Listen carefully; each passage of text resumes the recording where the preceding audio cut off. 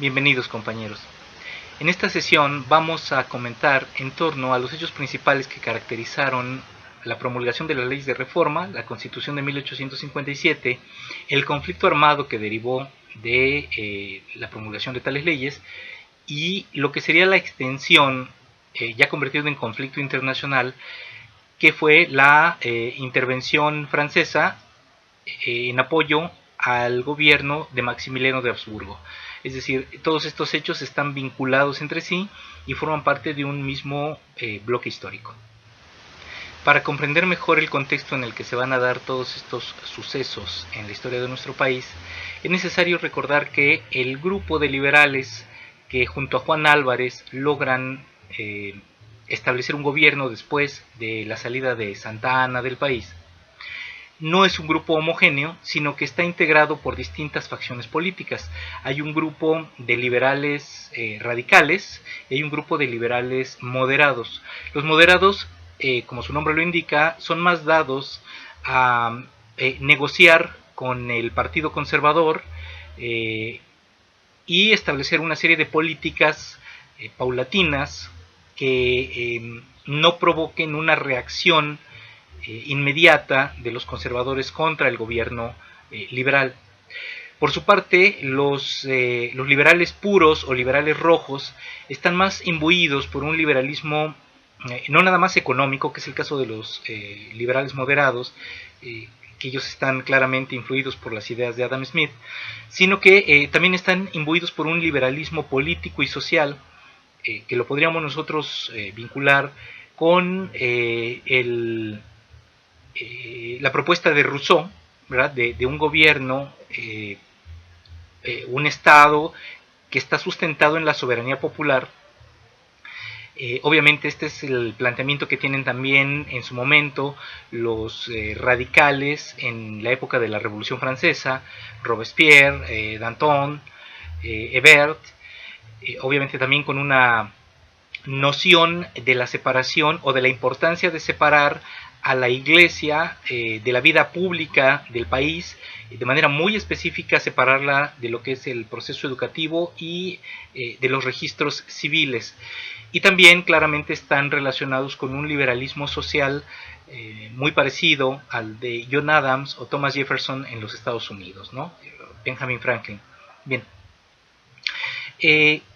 Estos liberales puros o radicales no son una mayoría dentro del gobierno de Juan Álvarez, pero cuando Juan Álvarez deja el poder y elige un sucesor, deja esta presidencia de la República en el general Ignacio Comonfort, que representa al grupo moderado.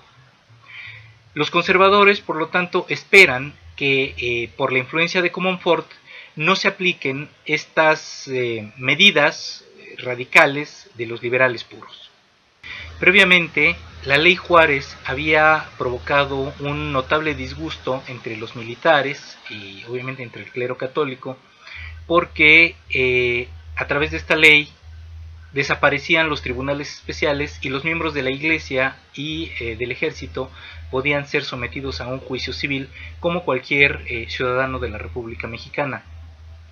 Ignacio Comonfort tiene que enfrentar una rebelión que también se levanta al grito de religión y fueros, como aquella primera rebelión en el gobierno de Vicente Guerrero. Y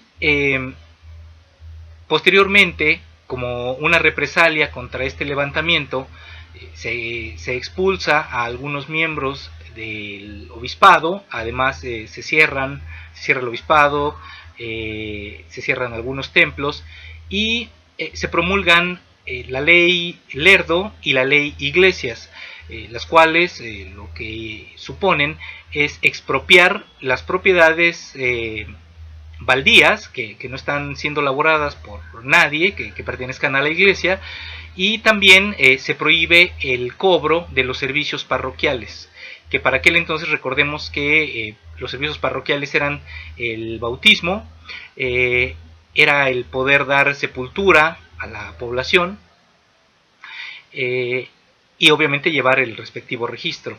Entonces eso ya no se podía cobrar. En febrero de 1856 se establece el Congreso Constituyente y este Congreso está integrado en su mayoría por moderados, es decir, los liberales puros, los liberales radicales, como comentábamos anteriormente, eran una pequeña representación y por lo tanto sus propuestas no quedaron plasmadas del todo en la Constitución de 1857. Por ejemplo, los liberales puros proponían, deseaban que la educación quedara completamente en manos del gobierno, en manos del Estado, pero se impuso la tendencia moderada, que es la que sigue hasta la fecha, en la cual no solamente el Estado puede proveer educación, sino también los particulares, y obviamente entre estos particulares está la Iglesia. Esta es una herencia entonces de ese Congreso. También en lo que respecta al tema del juicio, ¿verdad? Del juicio civil, los liberales puros deseaban un juicio al estilo de los Estados Unidos, con un jurado, ¿verdad? Es decir, que la persona, el ciudadano, sea juzgado por un jurado de iguales. No pasa esto, ¿verdad? Nosotros tenemos el juicio donde es el juez, el fiscal, el ministerio público, los que intervienen, obviamente la parte acusada junto con su defensor, pero no hay un jurado que intervenga. Y también, por otro lado, se encontraba la propuesta de establecer una libertad total de cultos. Sin embargo, no pasa esta propuesta, ¿verdad? Que le hubiera quitado en ese momento el monopolio a la Iglesia Católica. Lo único que queda en la Constitución de 1857 es que ningún culto será proscrito, ¿no? En ese momento, para un país que era 100% católico, ningún culto quedará proscrito. Lo único que decía es que la Iglesia Católica no iba a ser perseguida, literalmente.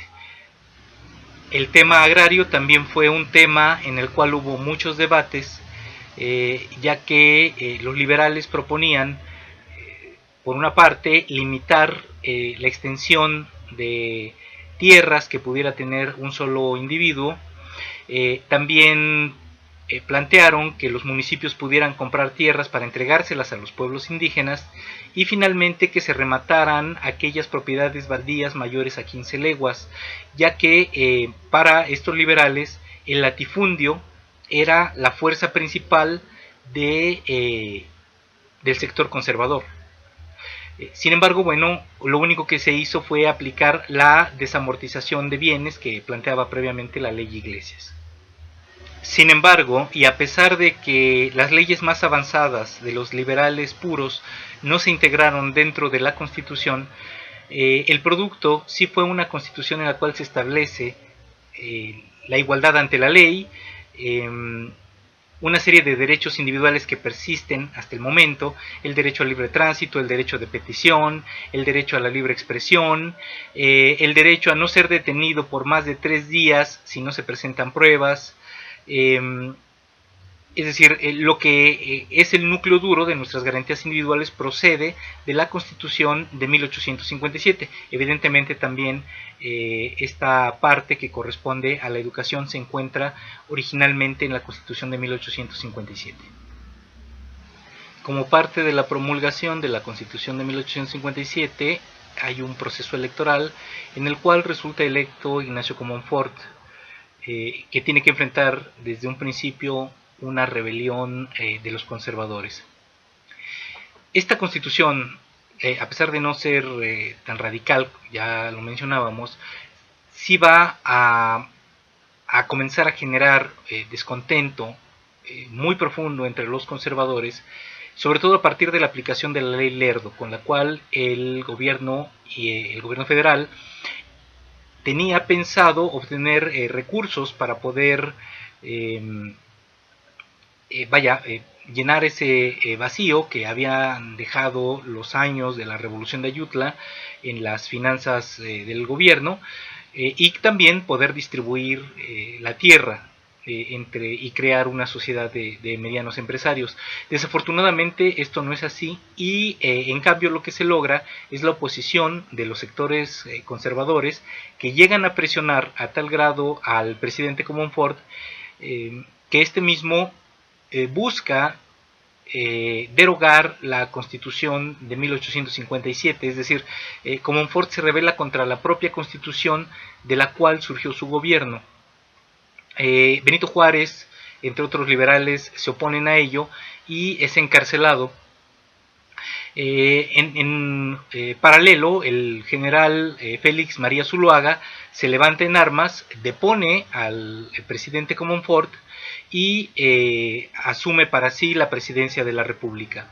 Antes de salir exiliado, Ignacio Comonfort libera a Benito Juárez, en quien recaía el cargo de presidente de la República por ser él presidente de la Suprema Corte. Sin embargo, en ese momento la ecuación favorece militarmente a Félix Zuloaga, por lo tanto Benito Juárez tiene que salir huyendo hacia Guanajuato, luego hacia Guadalajara y finalmente se dirige hacia el puerto de Veracruz con el objetivo de que estando en el puerto pues va a poder disponer de los ingresos de las aduanas, un tema que hemos visto recurrentemente en nuestras sesiones. Comienza de esta manera lo que conocemos como la Guerra de Reforma, un conflicto que durante 3 años va a enfrentar a los dos bandos, liberales y conservadores, en batallas militares, sobre todo en el centro del país, aunque no exclusivamente, mientras que el presidente Juárez se encuentra en Veracruz. Hay otro presidente en la Ciudad de México que es Félix María Zuloaga. Posteriormente, Zuloaga es removido del poder y ocupa su lugar el general Miguel Miramón, uno de los más hábiles militares de los conservadores, quizás el más grande de los generales conservadores, que está a punto de tomar Veracruz y por lo tanto de derrotar a los liberales y al gobierno de Juárez. Sin embargo, los liberales logran el apoyo de los Estados Unidos, ya que el presidente James Buchanan le había ofrecido al presidente Zuloaga, del bando conservador, apoyo diplomático, económico y militar a cambio de la venta de varios territorios en el norte del país. El presidente Zuloaga evidentemente se niega y lanzan la oferta a Benito Juárez. Benito Juárez, a través de su representante Melchor Ocampo, firma el tratado Maclean-Ocampo, por medio del cual se le permite a los estadounidenses el libre tránsito por el istmo de Tehuantepec y algunas concesiones en la Baja California.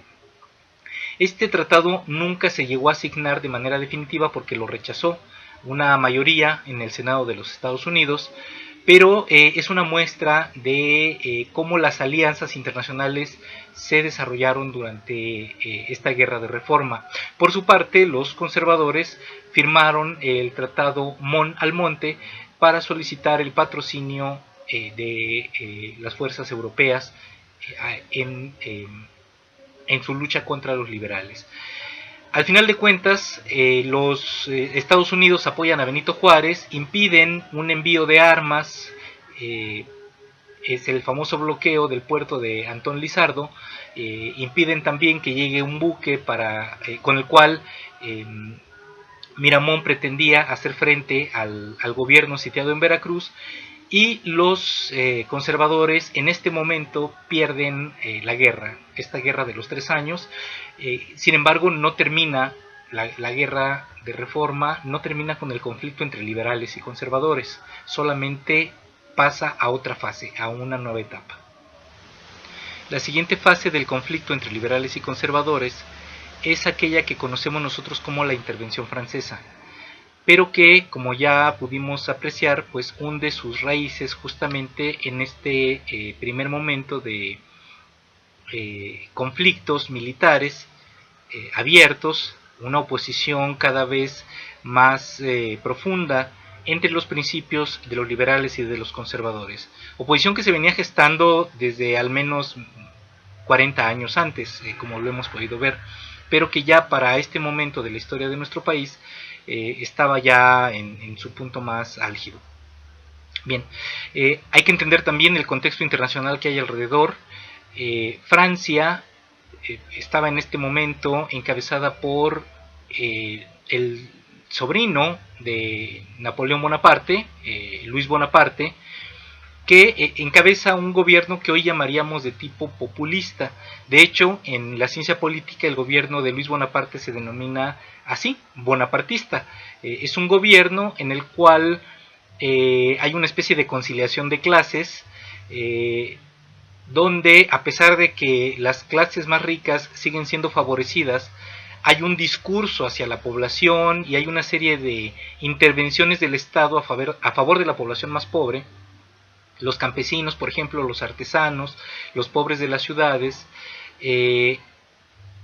directamente por parte del Estado. Entonces esto le da mucha estabilidad a este tipo de gobiernos, porque por un lado favorecen a las clases más ricas, pero por otro lado también de alguna manera establecen una serie de políticas que les garantizan el apoyo de la población. Luis Bonaparte trata de revivir las viejas glorias imperiales de Francia, que su tío había logrado, y es en este mismo periodo histórico en el cual Francia se va a lanzar a la conquista, por ejemplo, de Argelia, en el norte de África. Argelia va a ser una colonia francesa hasta mediados del siglo XX. También va a ocupar Indochina, lo que son actualmente los países de Vietnam, Camboya, Laos, y obviamente pone su objetivo en América Latina, y México le va a brindar la oportunidad de establecer una base. Sin embargo, bueno, a diferencia de lo que va a suceder en Argelia o en la Indochina, en México no va a fructificar esta intervención. Los liberales y los conservadores estaban divididos, ya lo vimos, por su diferente percepción del modelo que tenía que seguir nuestro país. Es decir, o seguíamos un modelo como el de los Estados Unidos, o seguíamos un modelo como el de las monarquías europeas. Los conservadores habían estado dirigiendo una serie de gestiones en las cortes europeas buscando algún noble que quisiera venir a ocupar el trono de México. Que no olvidemos que en términos legales y de la fundación de nuestro país era algo completamente viable, toda vez que el Acta de Independencia de México mantenía o proponía el establecimiento de un trono, ya sea que fuera un príncipe americano o un príncipe europeo el que lo ocupara, pero estaba en la raíz misma de la independencia de nuestro país. Así que en esos momentos no era tan descabellado pensar en una monarquía mexicana. Estos conservadores, entre los cuales figura, por ejemplo, el hijo de José María Morelos y Pavón, Juan Nepomuceno Almonte, van a acercarse a Napoleón III, y con este interés expansionista que tiene el gobierno francés, se ve en la invitación de los conservadores mexicanos la oportunidad para poder poner una cabeza de playa en América y también al mismo tiempo hacer un freno al expansionismo de los Estados Unidos. El pretexto para la intervención del Imperio francés va a darse justamente a partir de la suspensión de pagos que va a decretar el gobierno de Benito Juárez, cuando el gobierno federal se ve en la imposibilidad de pagar los préstamos que tanto liberales como conservadores habían adquirido durante la Guerra de Reforma. Del bando conservador destacaba la deuda Yecker que había contratado Miguel Miramón con un banquero suizo con un interés muy elevado. También había préstamos a bancos españoles, a particulares españoles, y Miguel Miramón impone un préstamo forzoso, de hecho un saqueo, a la embajada inglesa. Entonces hay tres países, vamos a decir que afectados por esta suspensión de pagos: Inglaterra, España y Francia. El gobierno de Benito Juárez envía a Manuel Doblado a negociar la deuda. Este representante lo hace de una manera bastante hábil, pero también es cierto que España e Inglaterra tenían el interés de no favorecer el expansionismo francés, y una expedición tripartita a México apoyada tanto por España como por Inglaterra, pues hubiera sido una mala estrategia para estos países. Así que ellos deciden negociar con el gobierno de Benito Juárez. Obviamente Francia se niega a esta negociación y con el pretexto de la deuda, las fuerzas francesas desembarcan en Veracruz, ocupan el puerto y comienzan a avanzar hacia la Ciudad de México. Al mismo tiempo se le ha ofrecido el trono de México a un príncipe europeo, el archiduque austriaco Fernando Maximiliano de Habsburgo, una persona muy culta, bastante liberal, muy bien intencionada, que de hecho él pide como requisito para ocupar el trono de México que la mayoría del pueblo mexicano apoye su gobierno. Y bueno, los conservadores le presentan un documento en el cual, en teoría, ¿verdad?, los representantes del país lo invitaban a venir a gobernar México. Cierto es que el imperio no era tan impopular como la historiografía liberal lo hizo aparecer después. En León, por ejemplo, se recibe al emperador con flores, con una gran fiesta, se ve venir a las fuerzas imperiales como liberadoras de este secularismo radical de los liberales. Hay otras regiones donde también el emperador es muy bien recibido. En Irapuato pasa unos días Maximiliano recuperándose de una enfermedad, una infección en la garganta, y se hospeda en el edificio que se encuentra, un edificio que se encuentra todavía en pie sobre la avenida Guerrero. Hay por ahí algunas fotografías y algunos registros en los diarios de su estancia aquí en Irapuato.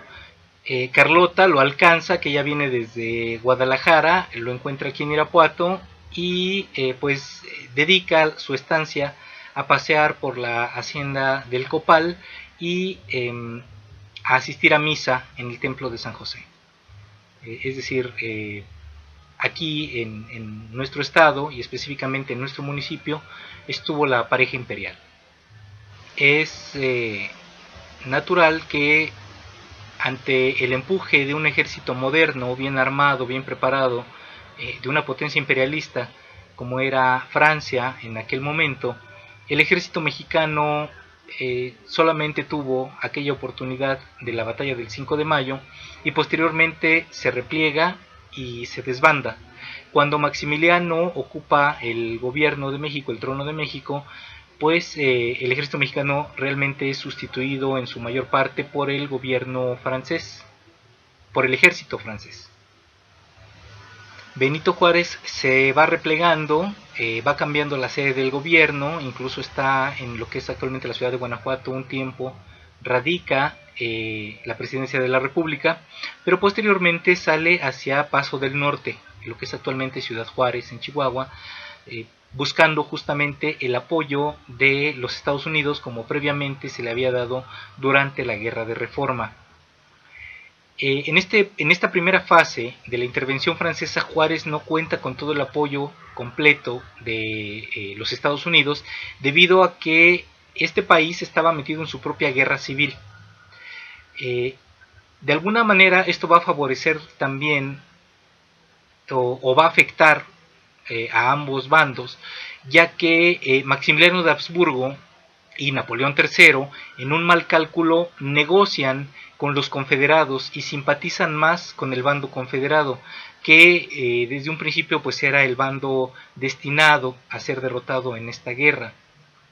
Por eso, al triunfo de los estados del norte, pues Estados Unidos puede apoyar de una manera más decidida al gobierno de Juárez, y este hecho, combinado con las transformaciones geopolíticas que se estaban dando en Europa, sobre todo a partir de ya el germen de la unificación alemana, del surgimiento de Prusia como una gran potencia militarista, hacen que Napoleón III pues recupere todas las tropas que tiene en el extranjero para hacer frente a la ya próxima guerra con los prusianos, y obviamente a partir de esa guerra contra Francia, entre Prusia y Francia, es que va a surgir la nación alemana posteriormente, ¿sí? Entonces, todo este contexto internacional favorece a Juárez para que al retirar Francia las tropas de México, el gobierno de Maximiliano pues quede sin un sustento real. Las guerrillas juaristas comienzan a ser abastecidas con armas, con dinero, incluso con tropas procedentes de los Estados Unidos, y comienzan a desalojar a las tropas imperiales, las cuales pues van a dar, todos lo sabemos, su última batalla en el estado de Querétaro, a las afueras de la ciudad de Querétaro, con el desenlace que pues conocemos como el fusilamiento en el Cerro de las Campanas, ¿no? Donde el emperador Maximiliano va a ser fusilado junto con Tomás Mejía, con Miguel Miramón y con Méndez, ¿verdad? Que son estos militares que le habían apoyado y que se quedan hasta el final con él. De esta forma, queda zanjado definitivamente en el terreno militar y en el terreno político la derrota de los conservadores y el triunfo de los liberales, específicamente de los liberales del bando juarista, sobre las otras facciones, ¿no? Es decir, después de varios años de guerra, de una intervención extranjera, de un fallido intento imperial, México ahora restauraba su república, pues de la mano de Benito Juárez, ¿no? Que al parecer, y de acuerdo a los testimonios historiográficos que tenemos, pues fue menos un brillante estadista ya cuando el país estaba en paz, que un gran líder moral, que sí lo fue, además, durante la Guerra de Reforma. Y digo esto porque su gobierno pues tuvo realmente pocos aciertos en términos administrativos, estuvo muy marcado por la corrupción e incluso por las diferencias entre los propios sectores liberales, que más adelante va a acarrear la rebelión del general Porfirio Díaz, que bueno, pues va a demandar que se respeten las elecciones en las cuales él considera que fue beneficiado, mientras que los resultados oficiales dieron como ganador a don Benito Juárez.